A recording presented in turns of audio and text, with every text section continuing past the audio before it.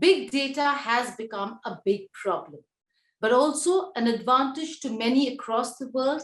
Now there are whistleblowers who are coming out and raising concerns regarding what big data could mean for the future of the of countries across the world, and also for the future of privacy, of fake news, misinformation, so on and so forth. I'm being joined by Facebook whistleblower Sophie Zhang, who came out and raised concerns with regards to what's happening within Facebook. Sophie, many thanks for joining us. It takes a lot for somebody who's employed with Facebook to come out, not just question the system, but also take the matter to the authorities. First, explain to our viewers what really happened when you were employed with Facebook.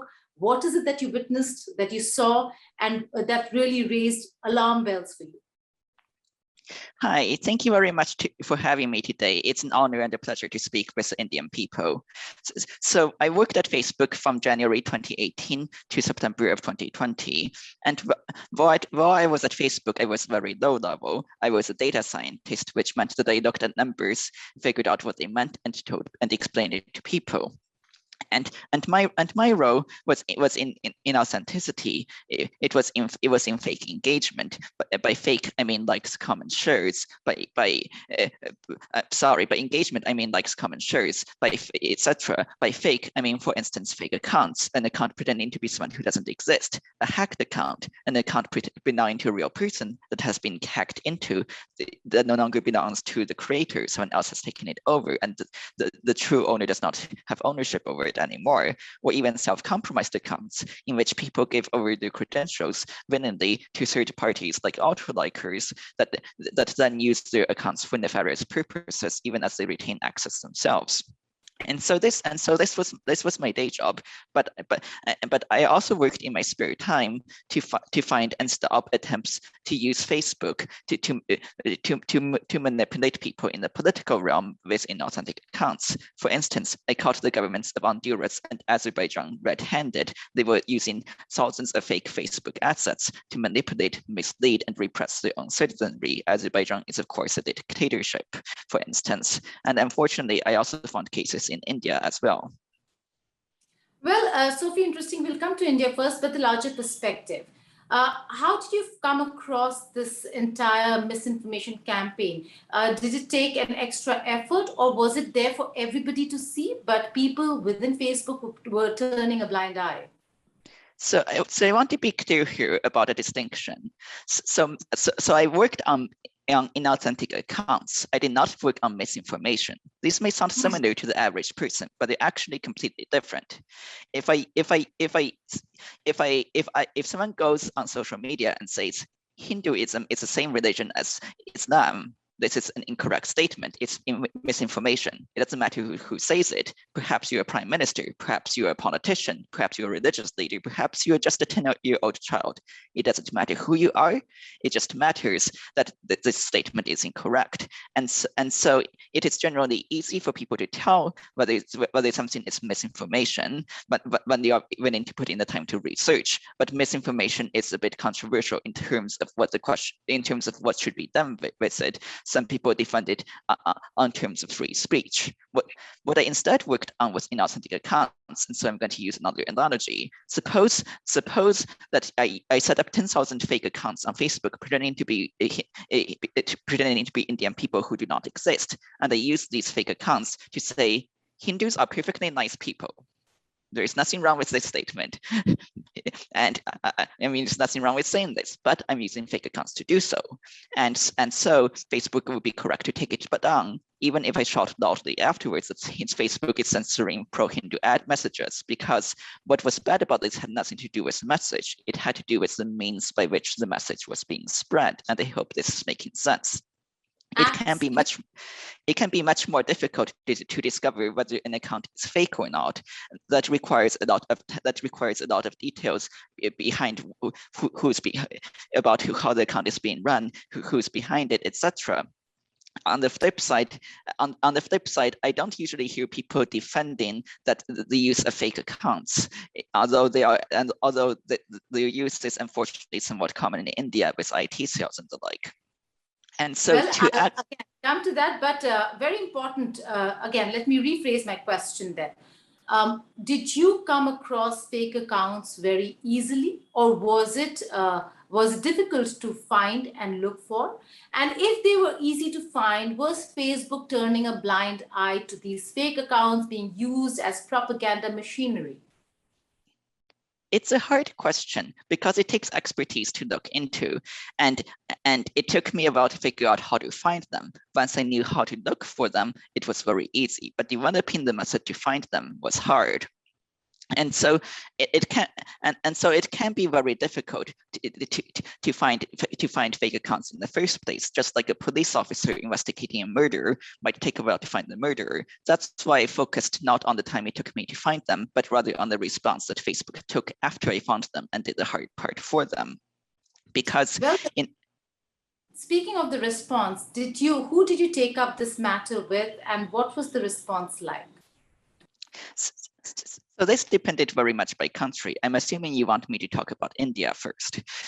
So in India, in the fall of 2019, I found 4 separate networks of fake accounts that were being used to support the INC and the BJP. To be very clear, there was no proof that either of the political parties or politicians were behind them at the time. We only know who they were helping. And so there was eventually a 5th network that was that I found, which was supporting the app in the Delhi elections. So a total of 5 networks: 2 BJP supporting BJP, 2 supporting INC, 1 supporting app. And so when I found this and raised it, it took me a bit to find the right people. But when I found the right people in December of 2019, it was very quickly prioritized, and people looked at it because India is important to Facebook in a way that Azerbaijan, Honduras, and other countries are not. And so it was quickly decided that we should take down all of these 4 networks of fake accounts. And we took down 3 out of the 4 networks. And when we were about to take down the 4th, we stopped, because we realized that the 4th network of fake accounts was being personally run by an Indian politician, a member of the Lok Sabha, a member of the BJP party in parliament. And so do you have a name? I know who it is, but I don't want to mention it on television, because as soon as I mention it, then there will be accusations I am a PRC spy, I am out to destroy the sanctity of the BJP, etc. I have told many reporters privately who the person is, but ultimately I don't see this as a matter of the specific politician. I see this because I don't doubt that many other politicians in India are engaging in this sort of activity or benefiting from it. And what I want to speak about rather it's not this politician in specific, but the decisions Facebook made around him. Because as soon as we discovered that the politician was linked to this, Facebook refused to act. I could never get even acknowledgement from anyone. I sent repeated messages. Later in January of 2020. I found the network of fake accounts supporting the app in the Delhi elections, and this was, of course, very concerning because Delhi had something like 30 million people, and the elections were in February. And so I convinced them to act on the pro app network in Delhi. And while I was convincing them, I also asked them, while we are acting against this network of pro app fake accounts, do we want to also make a decision on these fake accounts being run by the BJP politician? Like, if we don't act on them, we open ourselves up to accusations that we are picking and choosing, that we are playing favorites. But I never got even an acknowledgement of my questions and comments. If someone ignores you when you send an email, perhaps they just didn't notice the email. If a lot of people don't notice when you send emails to any of them, and then you're in a conversation with someone and they talk to you perfectly well about a different subject, but as soon as you bring up this subject, they ignore you and return to a different subject. At that point, it becomes very obvious that something is going on. Right. Sophie, who did you report this to within Facebook? I worked with the policy manager at Facebook on the problem. I don't want to name the person because she was just a regular employee who reported events from the app to Anki. I don't know what sort of pressure she was under and what sort of situation she was in, and so I don't want her to be singled out. But did the higher ups know in Facebook that this is something that has been red flagged? Certainly, it was something that I raised to important policy people within India. I am not going to name any names. Okay, Sophie. Now, just speaking about India as an analyst who was going through the data set in India at a particular juncture, what, according to you, and how, according to you, these political parties really use the fake accounts to spread their information or spread misinformation? And are all political parties involved, or it's just a couple of them? That's a very hard question to answer because I want to be clear about a few things. Most of my work was not in India. And when India, I was not working in any country in particular. I was looking at all activity across the world. I was not focusing on any country in specific. I found results in India. I also found results in several dozen other nations, and India was just one of them on my list. I believe that it was important to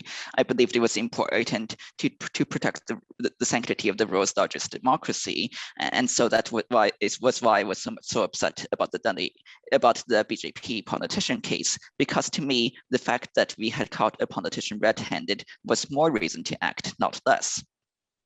Right. You also said democracy cannot be built on a bed of lies, and your message to those who are a part of the political machinery, campaign managements, and how people should be viewing these accounts, and is there any way to find out whether if an account is authentic or fake?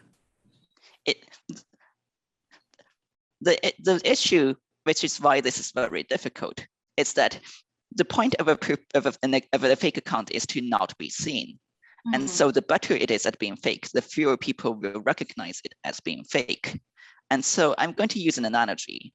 If the average Indian person goes out and looks for ISI agents, Pakistani intelligence agents, they won't find any. And this doesn't mean that Pakistani intelligence agents, PRC intelligence agents, don't exist in India.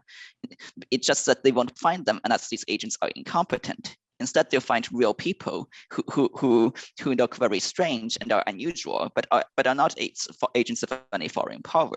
Or they'll find people dressed up for American holidays like Halloween in a costume, and I worked on multiple cases in the United Kingdom and in the United States, one in each, in which people were very concerned that activity on social media in US and UK and British politics was by fake accounts, potentially Russian fake accounts.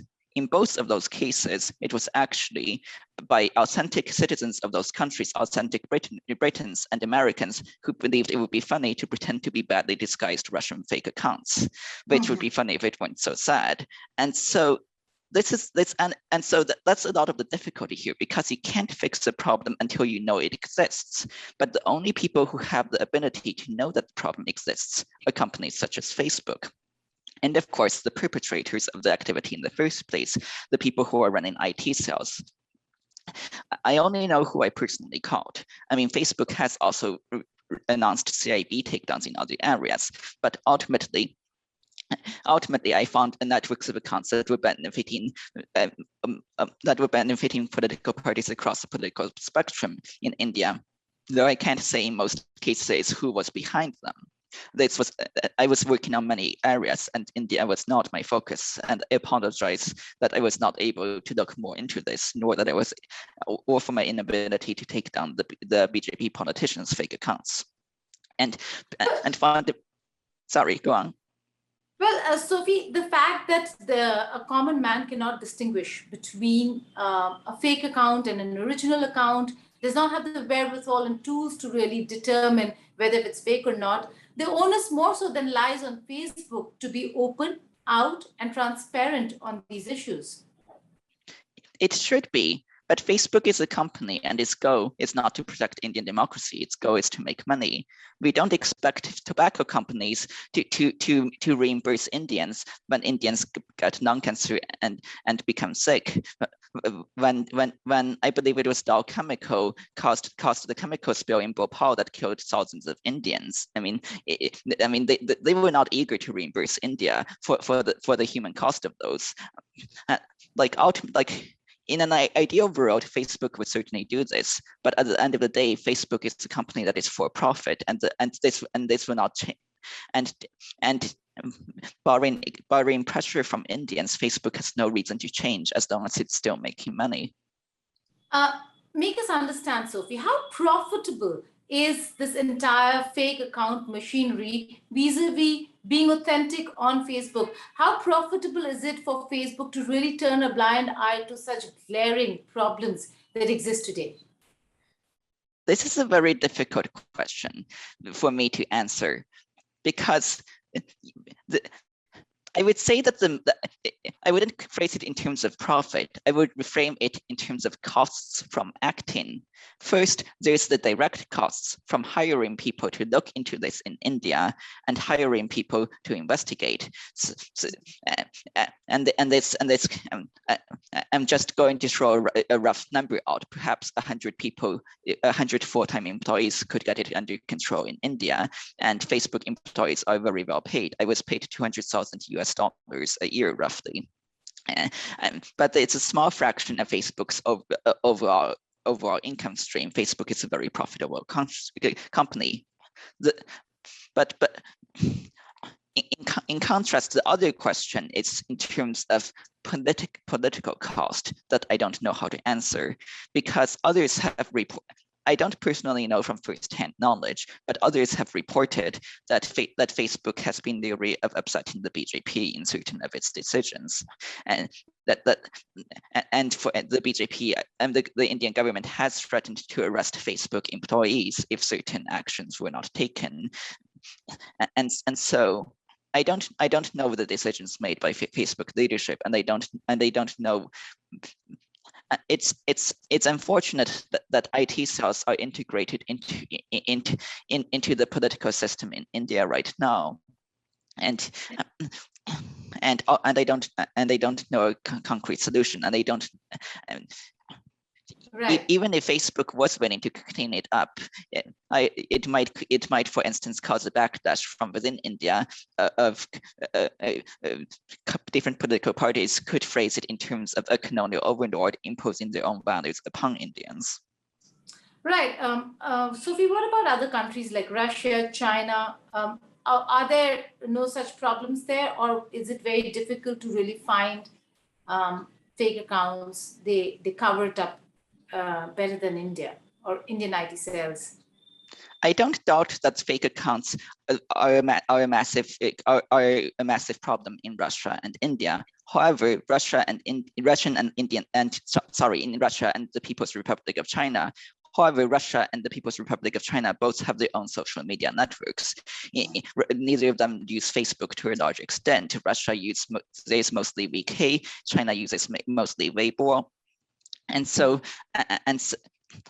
in addition, world governments usually have a lot of resources, and the efforts of Russia and China that I saw were that I'm aware of, that I did not personally work on this, but from reading others and hearing about the work of others, this was mainly targeted at foreign activities, that it's at activities not in the country of origin.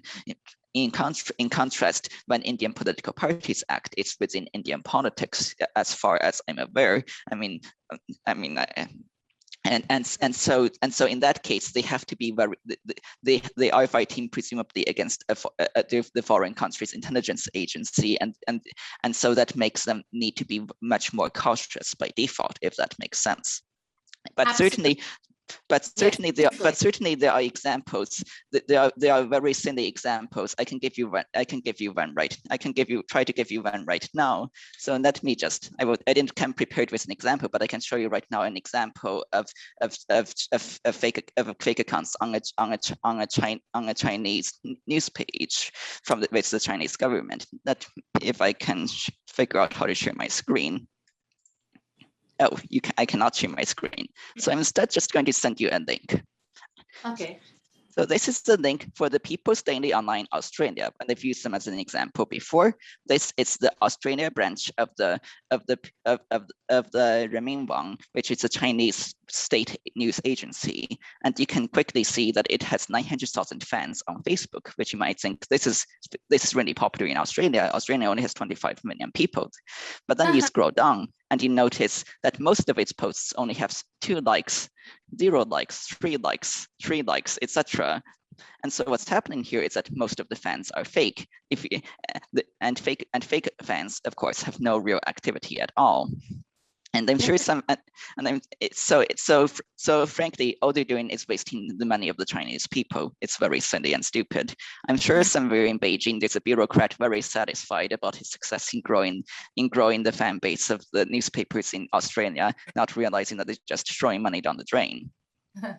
All right, Sophie. When did you first come across these fake accounts? How glaring was it? Which are the autocratic nations that you really saw use such accounts?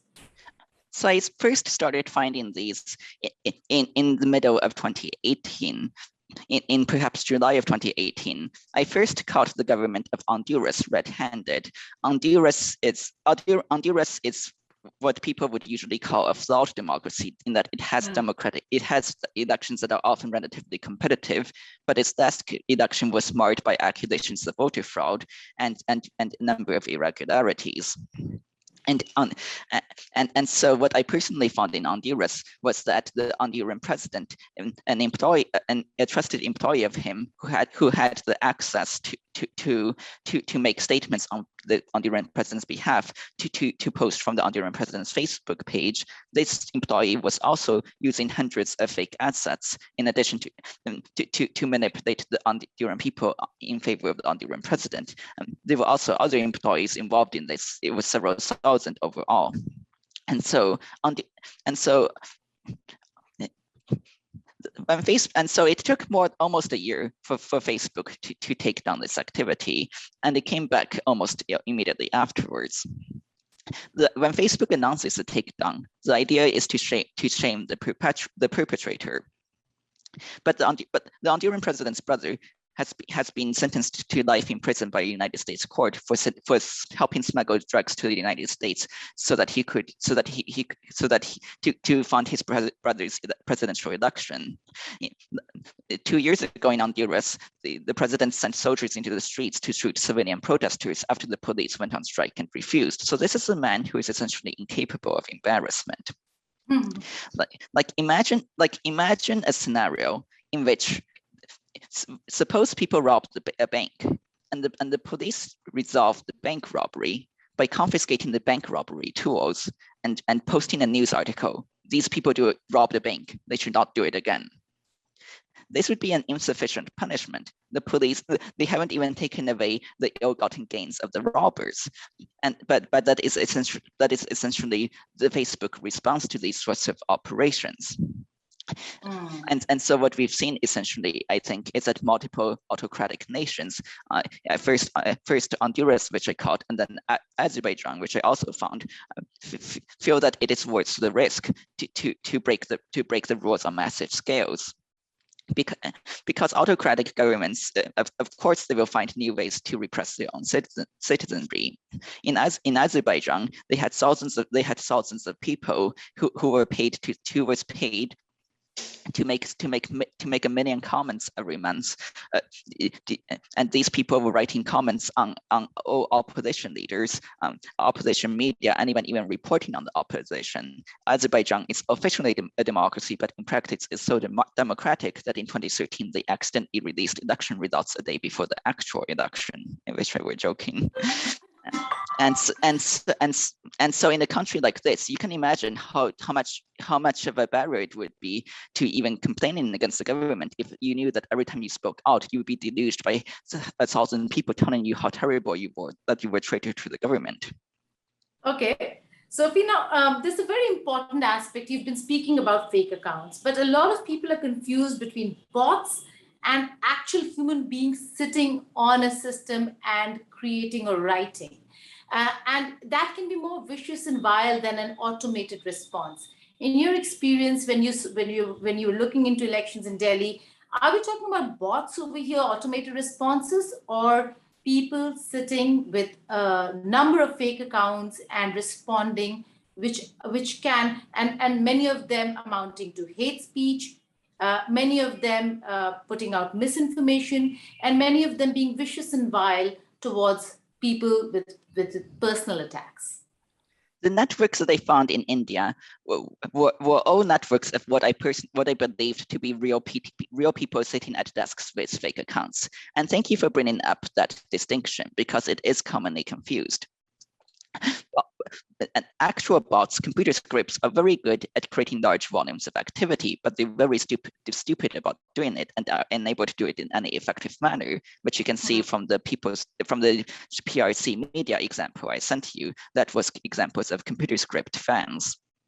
Probably, because in the same way that if India today replaced one of its journalists with a computer script, this computer script would be able to create a vast amount of news articles, dwarfing all its other reporters, but no one would read these news articles because they would be absolute garbage. And so I'm going to go into more detail in the Delhi Pro app network as an example. So the network of fake accounts that were supporting the app in Delhi, again, we had no evidence that this was connected to any members or politicians from the app. We just know that they were supporting the app in that election. So these accounts were portraying themselves falsely as real supporters of Prime Minister Modi, Narendra Modi, who were choosing to cross over and vote for the app in the Delhi elections, with the apparent goal of convincing BJP supporters to vote for the app in the Delhi elections. I'm going to paraphrase from memory some examples. For instance, I voted for Modi because he's fighting corruption in India. Now I'm voting for Kejriwal because he's fighting corruption in Delhi. And that sort of thing. And so these were political messages. I did not personally see what would be called hate speech or misinformation, because if they were expressed by real people, these sentiments would not be violating. I can certainly believe that in other cases misinformation or hate speech was spread, but I did not personally see any myself. And I think this also illustrates one of the unfortunate strengths of these sorts of IT cells. People are more likely to trust and believe those who seem closer and similar to themselves. If you are a BJP supporter, you will find an argument by another BJP supporter more convincing than an argument by an INC supporter. So there can be an advantage gained by pretending falsely to have an affinity to the target audience in order to help persuade them. That's a very interesting find. But again, in countries where employment levels are lower, there is a large number of unemployment. Do you see this as a source of income for many, and has become a source of employment, although not legit, but certainly still a source of employment? I don't know personally the numbers, but I know that many are employed by this throughout the world. In Azerbaijan, for instance, there were probably at least 1,000 people because they were making a million comments every month, and anyone who has tried to write things will tell you that trying if you want to try and keep writing things along the same vein over and over again, it's very hard to be creative and keep thinking about new ways to say the same thing. And it's very hard to think of ways to write this out, and so I would say that part of the reason it's more common in countries like India, it's just that it is much cheaper to get a smartphone and to pay people in India. In India, for instance, a geo phone that's maybe the equivalent of 10 or 15 US dollars. In the United States, a smartphone would be several $100s. And in India, of course, labor is much cheaper than in the United States. Like, I know anecdotally from news reports that many people are being employed in this fashion, and there have been pictures taken of rooms of people lined up with dozens of cell phones each. So unfortunately, it does appear that this is a source of employment for many, in some cases even directly by political parties who are benefiting from this activity. Though, I mean, this is only from anecdotal news reports. I don't know from personal knowledge. Right. Sophie, before I let you go, you've been part of a lot of hearings, congressional, parliamentary hearings that are taking place even in the United Kingdom.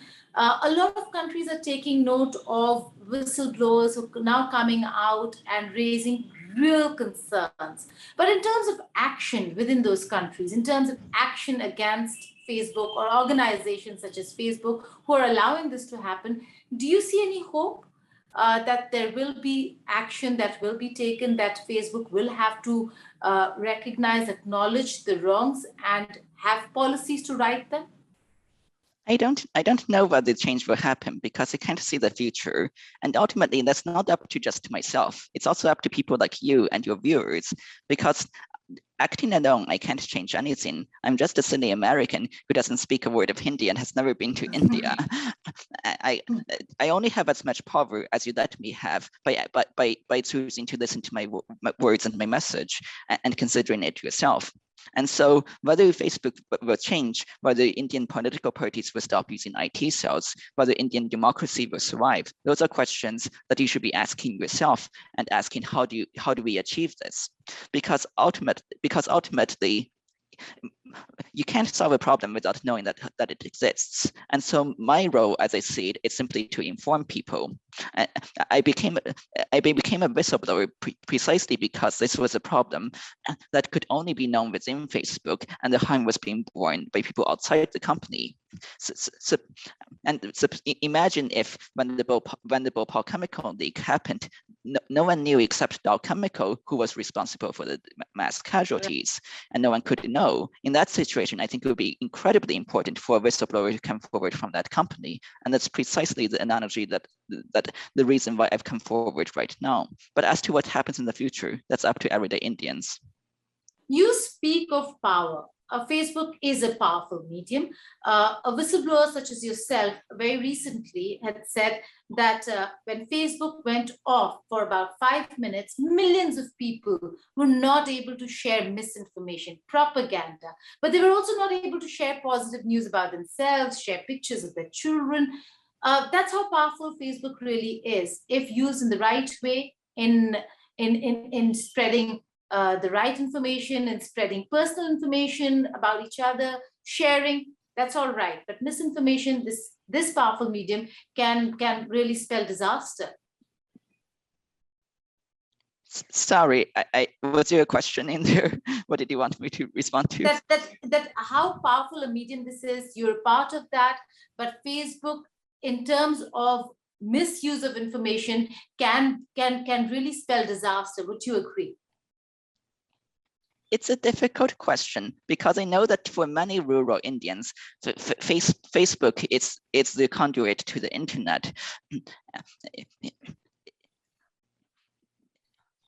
Facebook is certainly powerful, but other countries but there have been cases of other more powerful companies in the past. For instance, the British East Indian Company ruled over almost all of India for a century, and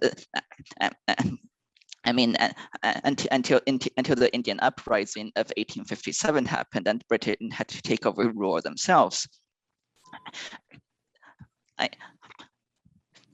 Part of the difficult nature of the question is that the power that Facebook has allows it to also provide a check upon dictators in certain countries like Azerbaijan, in which all power is otherwise in the hands of the dictator. Like for instance, like I raised Azerbaijan and Honduras. In those, Facebook was willing to act against those dictators on essentially my own say so, to take down their fake accounts and release statements implicating them. And this is something. And Azerbaijan is essentially a one-party government. There are other official parties, but it's roughly the same situation as the PRC in that regard. And so, when people ask me, is Facebook fundamentally bad in those countries, I think back to a response by an opposition leader in Azerbaijan, Ali Karimli, who was one of the largest targets of harassment by the Azeri governmental network, because when he was asked to speak about the facts I brought forward, he would have had every right to denounce Facebook, to denounce Mark Zuckerberg for profiting off of spreading hate, but he didn't. Instead, he said something like this, and I'm paraphrasing from memory. I thank Mark Zuckerberg for building Facebook and allowing us to coordinate, because Facebook allows the democratic opposition to get their voices out and make themselves heard. But Mark should hire someone who speaks Azeri. And I think back to this because in countries like Azerbaijan, where there aren't essentially independent media in place, where there aren't safeguards, democratic safeguards, the sad thing is that the role Facebook plays, it's probably preferable to not having the Facebook in the first place. In Myanmar, for instance, Facebook has certainly spread hate and misinformation and contributed to a genocide. But it's also true that because of Facebook and social media, the Myanmar opposition has been able to coordinate and resist the ongoing military coup d'etat in a way that they were not able to when the first coup d'etat happened 30 years ago. Including Afghanistan, we're seeing the same thing. A lot is now coming out, which would not have been the case in the erstwhile Taliban regime when there was absolute oppression, but no way of letting the world know. Sophie, a personal question to you before I let you go. It takes courage, but a lot of conscience as well to do what you've done. Come out and raise these concerns, speak about an organization that you were a part of. And since then, ever since you quit Facebook or were let go of, you've not been employed. What's the future of whistleblowers such as you when it comes to finding employment again, being a part of the entire system, and being able to do what you're doing with your conscience in place? I think that depends very much on individual decisions. Becoming a whistleblower is a very individual choice. I recently wrote a guide to whistleblowing, and one of it was just to think about what exactly your road forward was, and to not listen to outside pressure, because there are many people who say everyone should blow whistles, everyone should come forward when they know something is bad, but it's very different when it's your own situation. Like speaking just for myself, for instance, I'm an introvert who hates attention and hates talking to people, yet I am going in front of an audience of millions or something right now. And this is one of the sacrifices I've made. I would much prefer to stay home and pet my cats. They are very good cats, and I would like to eventually get a job, if nothing else, so I have an excuse to stop talking to reporters. I was actually a bit hoping to do that quite soon when Francis Hogan came forward, and there's been renewed attention on me. And but I have not had the opportunity yet to look for a job, simply because I don't think it would be fair for me to try to be a public figure while holding a job at the same time. To me, those seem mutually exclusive. But I would like to do so by the next year at the absolute latest. Ultimately, I don't see myself staying in the public role forever, and I very much hope I can return to no one knowing my face. Yes, they are good cats. They are very good cats. They're sleeping in their beds right now. Thank you, Sophie. Thank you for joining me. I hope you continue the good fight till the time you want to, and wishing you the best for your future. Thank you so much for joining India Today. Absolutely. Thank you very much for having me. It was a pleasure. Thank you, Sophie. Thank you. I just needed to know one thing. Can you send me a few videos of yourself, like if there are any recorded videos? Because if I'm going to put it together, put the interview and the entire story together, I'll require a few videos of yours, like just working on the computer, walking a little, petting your cats, whatever. Can you do that? I don't know. I have a videos. I have some short videos somewhere of me working on the computer, but they're not very long. No, short videos would do.